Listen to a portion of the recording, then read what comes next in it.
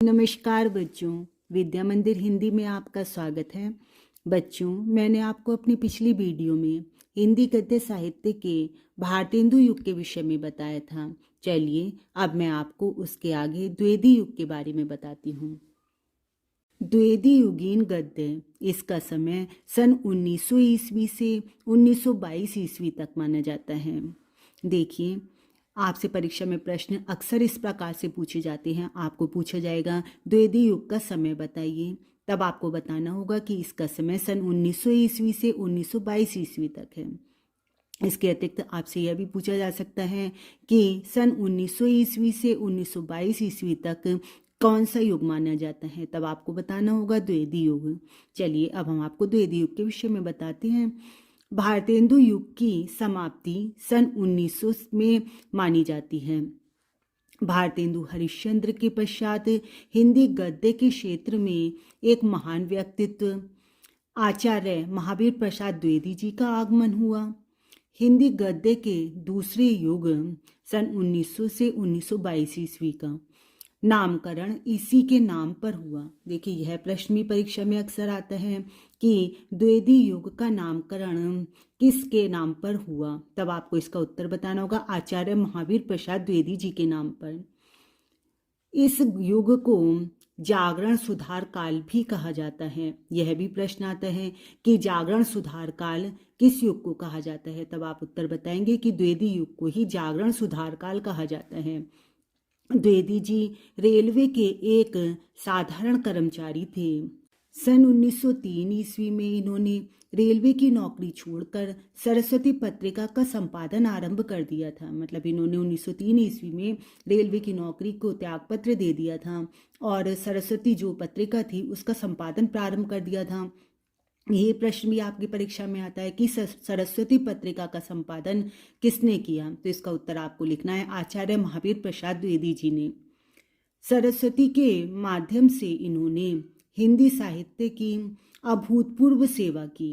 इन्होंने हिंदी गद्य की त्रुटियों की ओर साहित्यकारों का ध्यान आकर्षित किया। मतलब हिंदी गद्य में जो जो भारतेंदु युग में गलतियां थीं, जो उन सब गलतियों की ओर इन्होंने साहित्यकारों का ध्यान आकर्षित किया, जिससे कि वो उन गलतियों का सुधार कर सकें।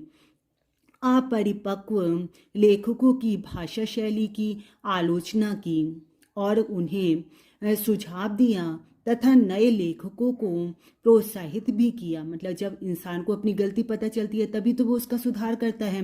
तो इस प्रकार से उन्होंने उस समय जो लेखक काम कर रहे थे उन्हें उनकी गलतियां बताई, जिससे कि उन्होंने उन पर सुधार भी किया।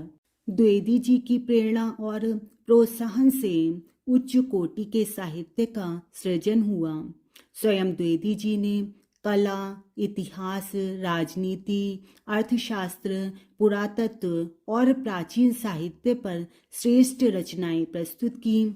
द्विवेदी युगीन गद्य में शुद्ध व्याकरण सम्मत भाषा का प्रयोग किया गया।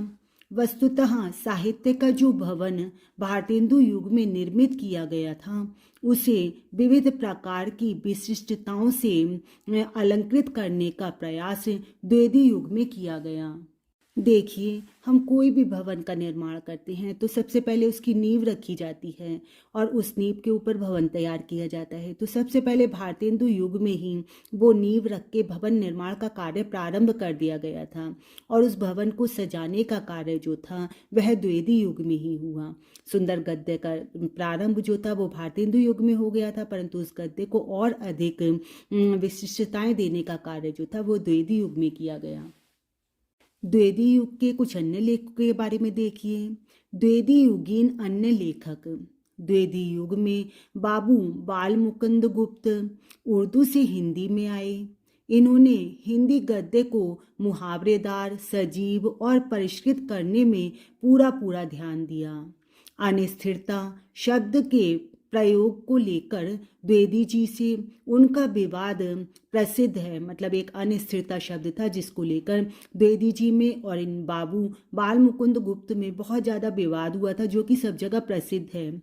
इस युग में द्विवेदी जी के अतिरिक्त माधव मिश्र, गोविंद नारायण मिश्र, पद्म सिंह शर्मा, सरदार पूर्ण सिंह, बाबू श्याम सुंदर दास, मिश्र बंधु, लाला भगवान दीन, चंद्रधर शर्मा गुलेरी, पद्मलाल पुन्नालाल बख्शी, गणेश शंकर विद्यार्थी आदि लेखकों ने हिंदी गद्य के विकास में योगदान दिया।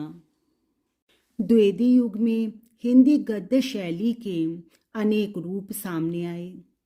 पंडित महावीर प्रसाद द्विवेदी की साफ सुथरी, संयमित एवं परिमार्जित शैली, बाबू श्याम सुंदर दास की व्यास शैली, बाबू बाल मुकुंद गुप्त की ओजस्वी एवं प्रवाहपूर्ण व्यंग्यात्मक शैली, सरदार पूर्ण सिंह की लाक्षणिक एवं आवेगपूर्ण शैली, गुलेरी जी की पांडित्यपूर्ण तथा व्यंग्यात्मक शैली, पद्मलाल पुन्नालाल बख्शी की सुबोध और रमणीय शैली के कारण द्विवेदी युगीन गद्य साहित्य अत्यंत समृद्ध हो गया। इस युग में सरस्वती के अतिरिक्त इंदु, सुदर्शन, समालोचक, प्रभा, मर्यादा, माधुरी आदि पत्रिकाएं भी लोकार्पित हुईं। इस प्रकार द्विवेदी युग में द्विवेदी जी के प्रेरणा तथा प्रोत्साहन से उच्च कोटि के साहित्य का सृजन हुआ। चलिए बच्चों, अब हम आपको कुछ प्रश्न बताते हैं कि आपसे परीक्षा में किस प्रकार से प्रश्न पूछे जाएंगे और आपको उनके उत्तर किस प्रकार से देने हैं। देखिए, द्विवेदी युग का समय बताइए। द्विवेदी युग का समय सन 1900 से 1922 ईस्वी तक है। द्विवेदी युग का नामकरण किस लेखक के नाम पर हुआ? द्विवेदी युग का नामकरण हिंदी साहित्य के क्षेत्र में एक महान व्यक्तित्व आचार्य महावीर प्रसाद द्विवेदी जी के नाम पर हुआ। हिंदी गद्य के द्विवेदी युग के 4 प्रमुख लेखकों के नाम लिखिए। द्विवेदी युग के 4 प्रमुख गद्य लेखकों के नाम निम्नलिखित हैं: आचार्य महावीर प्रसाद द्विवेदी, डॉक्टर श्याम सुंदर दास, अध्यापक पूर्ण सिंह, सरदार पूर्ण सिंह, पद्मलाल पुन्नालाल बख्शी। आचार्य महावीर प्रसाद द्विवेदी ने किस पत्रिका का संपादन किया? आचार्य महावीर प्रसाद द्विवेदी ने सरस्वती पत्रिका का संपादन किया। द्विवेदी युग के 2 प्रसिद्ध निबंधकारों के नाम लिखिए: बाबू श्याम सुंदर दास और आचार्य महावीर प्रसाद द्विवेदी। सरस्वती पत्रिका के अतिरिक्त द्विवेदी युग की अन्य पत्रिकाओं के नाम लिखिए। द्विवेदी युग में सरस्वती के अतिरिक्त इंदु, सुदर्शन, प्रभा, मर्यादा, माधुरी आदि पत्रिकाएं भी लोकप्रिय हुई। देखिए, इसका प्रश्न परीक्षा में कई तरह से आ सकता है। जैसे आपसे बार बार पूछा जा सकता है कि इंदु पत्रिका का संपादन किस युग में हुआ, तो आपको बताना होगा द्विवेदी युग। इसी तरह से किसी भी पत्रिका के बारे में आपको लिखकर पूछा जा सकता है, तो आपको ये सारी पत्रिकाओं के नाम अच्छी प्रकार से याद करने हैं। निम्नलिखित में से कौन द्विवेदी कालीन गद्य लेखक या लेखिका है? देखिए, महादेवी वर्मा, सरदार पूर्ण सिंह, सियाराम शरण गुप्त या फिर अज्ञे।